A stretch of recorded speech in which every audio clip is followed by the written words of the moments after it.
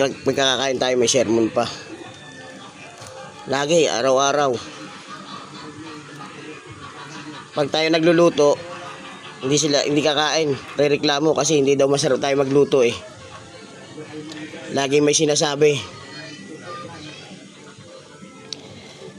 Tapos pag sila naman, sasabihin, batay sa lakay ka lang. Grabe, ang lupit no? Ibang klase. Hindi sila sanay na pinagluluto sila. Hindi nila kaya yung luto mo.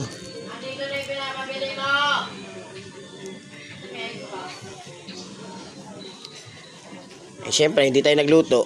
Kaya din minsan kumain. Pero pag nagluto tayo, hindi sila kakain. Kahit magbigay tayo sa kanila, tinatanggihan nila.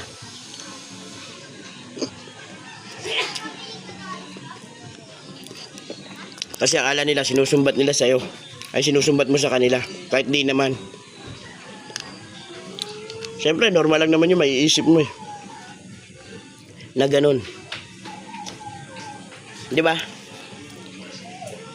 Kaya, magtiis-tiis muna. At tuloy ang sibugan.